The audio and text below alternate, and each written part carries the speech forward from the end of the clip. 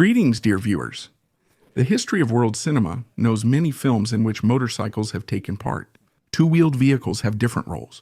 Sometimes, a motorcycle appears literally for just a few seconds to emphasize a particular scene. Less often, a two-wheeled vehicle can take up a significant portion of a film's runtime and become its main character. In this story, I want to recall the old cult film Harley Davidson and the Marlboro Man from 1991, and we'll talk about the motorcycles that appeared in this film. You're on the Krasmodo channel. Enjoy watching. I had nothing to do, so I decided to help. Don't think. Harley thinks for us. He nearly got us killed, but you saved us, big guy. Guys, you owe me a bike. I need one. Harley Davidson and the Marlboro Cowboy are a typical example of a buddy movie. For those who aren't familiar with this genre, let me explain.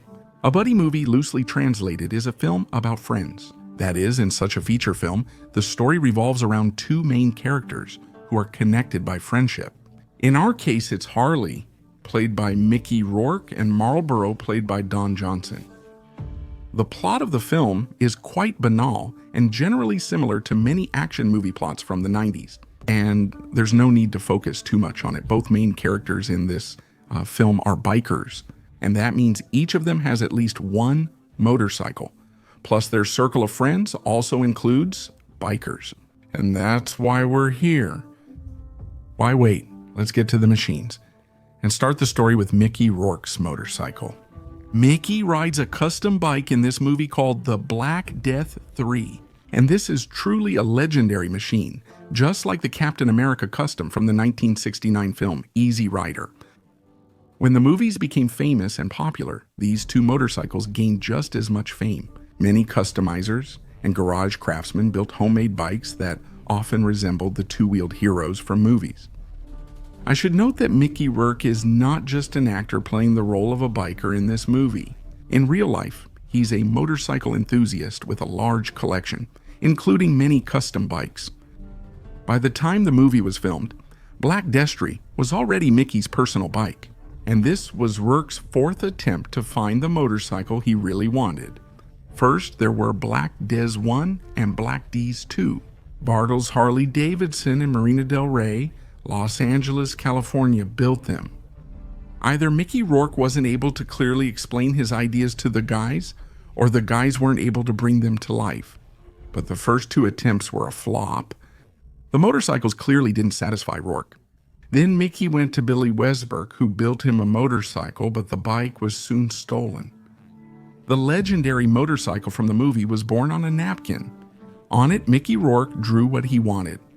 Mickey wanted to use this motorcycle in the film he was planning at the time, The Ride. And once again, he turned to the guys from Bartels. Gene Thomason, Dave Fournier, and Alan Barcy worked on the custom. And that's how Black Death 3 was born, which later became iconic. Hey, where are we going? Yeah, it doesn't really matter. Get in, I'll take you there. They based it on the Harley Davidson FXR from 1989, though some sources say 1988 the FXR model was created as a Harley that would beat the Japanese bikes. The advertising slogan back then said that the FXR would separate the boys from the men, implying that boys ride foreign junk, while real men choose Harley. In Milwaukee, they took their big twin from the Touring family. The young Eric Buell designed a rigid, lightweight frame with a 3-point engine mount, installed proper suspension, and fairly powerful brakes. They ended up with a Harley that rode and handled well, and in 1984 added the Evolution engine to the model. This machine served as the donor for building the Black Death 3. First of all, the guys worked on the geometry. The rake, or the fork's angle relative to the vertical axis, was increased from 32 to 42 degrees. A fork 6 inches longer than the stock one was installed. To achieve the desired silhouette, the motorcycle's tail was lowered by 2 inches, and rigid struts replaced the shock absorber, making the rear suspension a hardtail. A rear fender was made to fit the new geometry. The stock Evolution engine wasn't enough for Mickey, so he chose the top-of-the-line engine at that time from S&S with 98 cubic inches. That's 1,610 cubic centimeters. If you look closely, the tank is also different from the stock one. These are two Softdale tank halves with a 6-inch spacer in between. Shortly after Black Death 3 was finished, the film company Metro-Goldwyn-Mayer invited Mickey Rourke to play a role in the movie Harley Davidson and the Marlboro Man. Mickey wanted to ride his own motorcycle in the film. Hey mister, what's your name? Harley Davidson. The film company had to turn to Bartles again so they could assemble a second identical motorcycle which was used for performing stunts. This machine looked exactly like the original, except the engine had a smaller displacement. 80 cubic inches is 1,310 cubic centimeters. But even in those 80 inches, there was more than enough power to send your ass somewhere you wouldn't find your way back from, even with a trail of breadcrumbs. By the 2000s, Rourke found the dynamics lacking. In 2003, Bartles built a similar motorcycle called the Black Death 3 Ari. The main difference from the original is the 114 engine. It allows you to get 135 horsepower at the rear wheel. Needless to say, the big twin has locomotive-like torque. After the motorcycle gained cult status, its image became popular among customizers and garage craftsmen. At the moment, there are several dozen workshops ready to build you a movie-style motorcycle for a hefty sum. Let's move on to other motorcycles. Marlboro, played by Don Johnson, rides a Kawasaki KZ 1000 at the start of the movie. Production of the KZ 1000 or Z1000 began in September 1976. This model replaced the KZ 900. The KZ 1000 is a legendary machine of its era. Its 83 horsepower engine made it one of the fastest production motorcycles of its time. The civilian version was produced until 1984, giving way to the GPZ 900R model. But for the police, the KZ 1000 with minimal changes was produced until 2005 inclusive, and Kawasaki managed to significantly push Harley out of police department garages. By the way, the Liquid Terminator T1000 rode such a Kawasaki in Terminator 2 Judgment Day. I have a separate episode on my channel about Terminator movie motorcycles. In Harley Davidson and the Marlboro Man, the KZ 1000 is beat up, the engine smokes, and Marlboro is clearly unhappy with it. Well, Marlboro, you sure look rough. You definitely need new boots and a new motorcycle. But you're right about the horse. The horse is out of action. With the gifted Desert Eagle .44 caliber, Robert, yes, that's the cowboy's name, shoots up the KZ 1000. And probably the message in this scene is that there are no better motorcycles than American Harley Davidsons. Not like all these Japanese bikes, but that's just a guess. Marlboro's girlfriend, Jenny, who works for the Los Angeles police, rides a Honda PC 800, also known as the Pacific Coast, as her service motorcycle. This very unique and original touring motorcycle model appeared in 1989, thanks to the efforts of Honda Research America. And the motorcycle was primarily aimed at the United States and North American markets. However, for a certain period, the PC 800 was also present on the markets of Europe and Japan. The concept was interesting. The motorcycle had to be extremely practical, easy to maintain, reliable, comfortable, as well as easy to handle, and suitable for beginner riders. And Honda managed to achieve these goals. The motorcycle featured advanced wind protection, came equipped with a multimedia system, and had a reliable shaft drive. Its 57 horsepower V-twin, similar to the Africa twins, used hydraulic lifters in its design.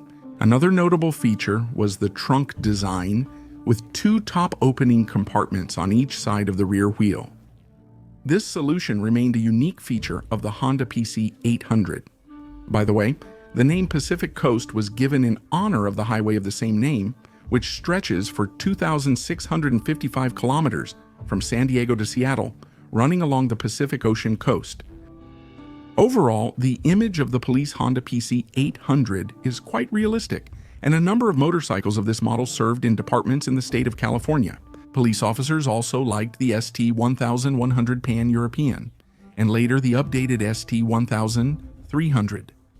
The Pacific Coast model remained on the market until 1998, after which it was discontinued and did not receive further development. Not that many of them were produced, only 14,000, but the motorcycle turned out to be so durable that you can still find it for sale on vehicle websites like eBay in very good condition. You know what, Harley? Strange as it may seem, I even envy you. The movie features two other notable motorcycles. Marlboro steals one from the man who took Jenny.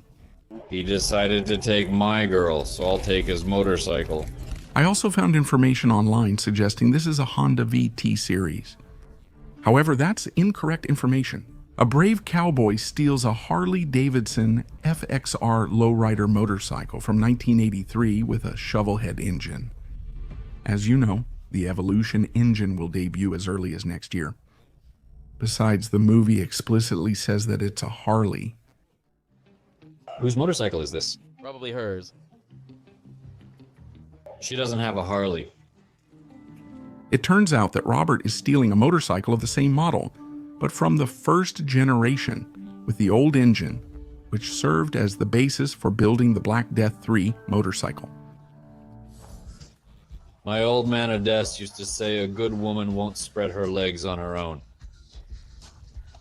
Finally, let's take a look at Fatso's motorcycle. In one of the scenes, the big guy sacrifices his bike in an attempt to help the guys during the armored car robbery. Identifying this motorcycle is more complicated. From the few frames shown, you can see this motorcycle has a hardtail frame and a shovelhead engine, so it's clearly not a Fat Boy or a Fat Bob. Most likely, it's an old FLH, and it's possible that it's a mix of different parts. What can I say to wrap up this episode? The movie, like most cult classics, was a complete flop at the box office. With a budget of 23 million United States dollars, it only made a measly 7.5 million. The reviews from critics were mostly negative. They didn't like the script, the supporting actors' performances, and a lot of other things, but the audience mostly liked the film. Over time, of course, the dirt faded away, and suddenly, it turned out that the film had been broken down into visual and phonetic quotes. With each passing year, its status as a cult artifact of the era only grows. Mickey Rourke was so disappointed with the box office that he left the film industry a year later for professional boxing. For 5 years, he turned down every project he was offered. Among them was, for example, Pulp Fiction. Rourke also used to say that he agreed to act in this film solely for the money. In 2023, he sold his Black Des 3 motorcycle to his friend, who swore never to sell it. On social media, Mickey shared this news saying, "I'm not really emotionally attached to the motorcycle because I hated the movie we used it in. I enjoyed working with Don Johnson, but the director was terrible, just like the script of the film." My friends, my story ends here. We have looked at the motorcycles from another cult film, and I hope it was interesting. Thank you for your attention. This was Crass Moto Channel. See you next time.